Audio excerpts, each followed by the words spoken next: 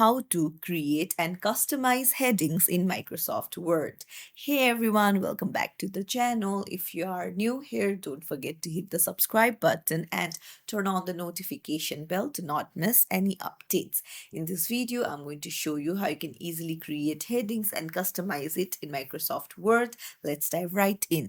Open up your Word file and then you need to go to the Home tab in the ribbon bar. And here on the right hand side, you can see various heading options, heading 1, heading 2, heading 3. So you can just write down your heading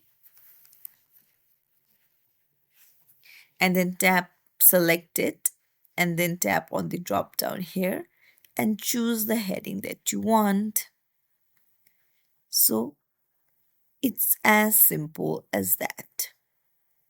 If you found this tutorial helpful, don't forget to like the video and subscribe to our channel for more helpful tips and tricks. Thank you for watching.